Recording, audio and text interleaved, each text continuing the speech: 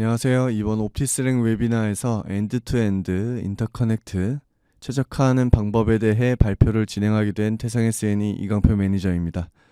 그럼 발표를 시작하도록 하겠습니다. 컨텐츠에서는 전체적인 오버뷰, 그리고 커넥터 PCB 소켓으로 이루어지는 시뮬레이션 방법, 그리고 그에 따른 TDR, I 다이어그램 최적화 과정들을 살펴보도록 하겠습니다. 먼저 우리가 이미 알고 있는 옵티메트릭스와 옵티스랭의 유사점을 살펴보면 목표값을 설정하고 최적화하는 기능이 되겠고요. 그리고 변수에 대한 경향성 파악도 가능하다는 유사점이 있습니다. 다만 차이점에서 조금 발생하는데요.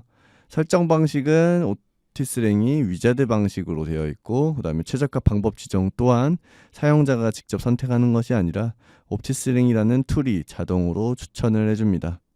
그리고 해석 시간은 여기서 한 40% 빠르다고 나와 있는데요. 이는 옵티스랭이 갖고 있는 여러 알고리즘의 영향이라고 봐주시면 감사하겠습니다. 그리고 마지막으로 후 처리에서 좀 차이가 발생하는데, 옵티메트릭스는 데이터 리포트 하나인 반면에 옵티스랭에서는 여기에 있는 4개 말고도 수십 개가 되는 후 처리 기능을 갖고 있습니다. 그래서 엔시스 옵티스랭이 갖고 있는 최적화라는 의미를 넓게 살펴보면, 먼저 CAE 데이터로부터 매개 변수 민감도를 조사하고 복잡성을 줄여서 최상의 메타 모델이라는 것을 생성합니다. 그 다음에 이것을 바탕으로 가장 효율적이고 강력한 설계 방법을 자동으로 최적화한 다음에 추가적으로 설계의 간공성과 신뢰성을 확보할 수가 있겠죠. 최적화에 본격적으로 들어가기 전에 프리 프로세싱에 대해서 설명을 해드릴 텐데요. 먼저 설정 방식에는 총 5가지 항목들이 있습니다. 본 웹 세미나에서 사용되는 위자드는 솔버 위자드와 센서티비티 위자드가 되겠고요. 그 다음에 최적화 방법 지정은 다음과 같이 신호등 표시로 옵티스랭이 자동으로 추천을 해줍니다. 그 다음에 목표값하고 설계 위반 사항을 사용자가 지정을 해줄 수도 있는데, 여기에서는 설계 위반 사항에 대한 내용을 담고 있습니다. 다음은 최적화가 끝난 다음에 포스트 프로세싱이 되겠습니다. 여기 나와 있는 4개의 후처리는 모두 옵티스랭이 갖고 있는 후처리 기능이고요. 먼저 좌측 상단에 있는 패러렐 코디네이트 플롯 같은 경우에는 슬라이더 변경을 통해서 여기 나와 있는 변수와 목표값 간의 상관성을 한눈에 파악할 수 있는 플롯이 되겠고요. 우측 하단에 있는 COP 매트릭스 같은 경우에는 내가 여기다 지정한, 우리 사용자가 변수로 설정한 것들 중에 어떤 항목이 가장 목표값에 크리티컬한지, 영향을 많이 끼치는지, 그런 것들을 퍼센테이지로 통해서 한눈에 파악할 수 있다는 것을 알 수가 있습니다. 그 다음에 디자인 오버뷰를 한번 같이 살펴보도록 하겠습니다. 우리가 일반적으로 엔드-투-엔드 해석을 할 때에는 HFSS라는 툴 환경 안에서 다 같이 불러들여서 해석을 하면은 가장 베스트겠지만, 이 2.5D PCB 보드 같은 경우에는 해석 시간이 굉장히 많이 소요가 됩니다. 따라서 2.5D PCB 보드 같은 경우에는 HFSS 3D 레이아웃을 활용하여 굉장히 빠르고 정확하게 해석을 한 다음에 3D 커넥터나 3D 소켓 같은 경우에는 모델링이 굉장히 복잡한 3D 형상을 갖고 있기 때문에 HFSS로 해석을 한 다음에 최종적으로는 이 3가지 모델링을 서킷의 다이나믹 링크를 통해서 해석을 할 수가 있습니다. 이번 세미나에서는 2가지 특성을 최적화할 건데요. 그 중에 펄스파를 입력을 해서 반사파와 합선된 파형을 시간 영역에 따라 플롯한 타임 도메인 리플렉토메트리를 설명해 드리도록 하겠습니다. TDR 같은 경우에는 아래에 나와 있는 평가 모델처럼 임피던스 불연속 구간에서 구간별 임피던스를 우측에 있는 그림처럼 확인할 수 있습니다. 따라서 우측에 있는 파형을 보고 사용자가 의도한 대로 설계가 되었는지 확인할 수가 있습니다.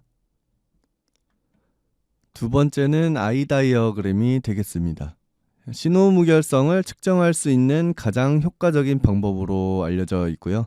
본 세미나에서는 우측에 있는 그림처럼 신호 품질을 결정하는 많은 요소들이 있으나 보통은 아이 하이트와 아이 위스를 많이 보기도 합니다.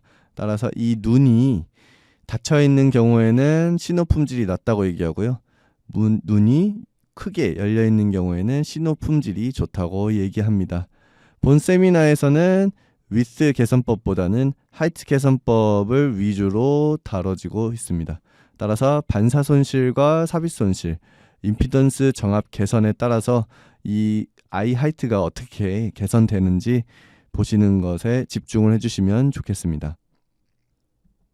이어서 커넥터 PCB 소켓 모델링 시뮬레이션을 살펴보도록 하겠습니다. 먼저 커넥터는 HFSS 환경에서 시뮬레이션을 했고요. 익사이테이션 즉 포트 설정은 P1과 P2를 시작으로 P3와 P4는 PCB 보드의 P1, P2와 나중에 결합을 하게 됩니다. 그리고 선로가 두 개 있기 때문에 얘는 이제 디퍼런셜 페어로 제가 설정을 했고요. 솔루션 앤 프리퀀시 스윕 설정은 0GHz부터 8GHz까지 해석을 진행을 했습니다. 그리고 해석하고 나서 디퍼런셜 페어로 동작할 때 TDR 임피던스 특성은 우측에 있는 그림처럼 미니멈은 91옴 정도 되고요. 맥스는 116옴 정도 되는 것을 확인할 수가 있습니다. 그 다음에 이제 TDR 최적화하기 위해서 우리가 변수 설정을 진행을 해야 되는데요. 커넥터에서는 아래에 나와 있는 그림 두 개, 그러니까 커넥터의 위스랑 PCB 라인의 위스 이 두 가지를 변수로 지정을 하였습니다.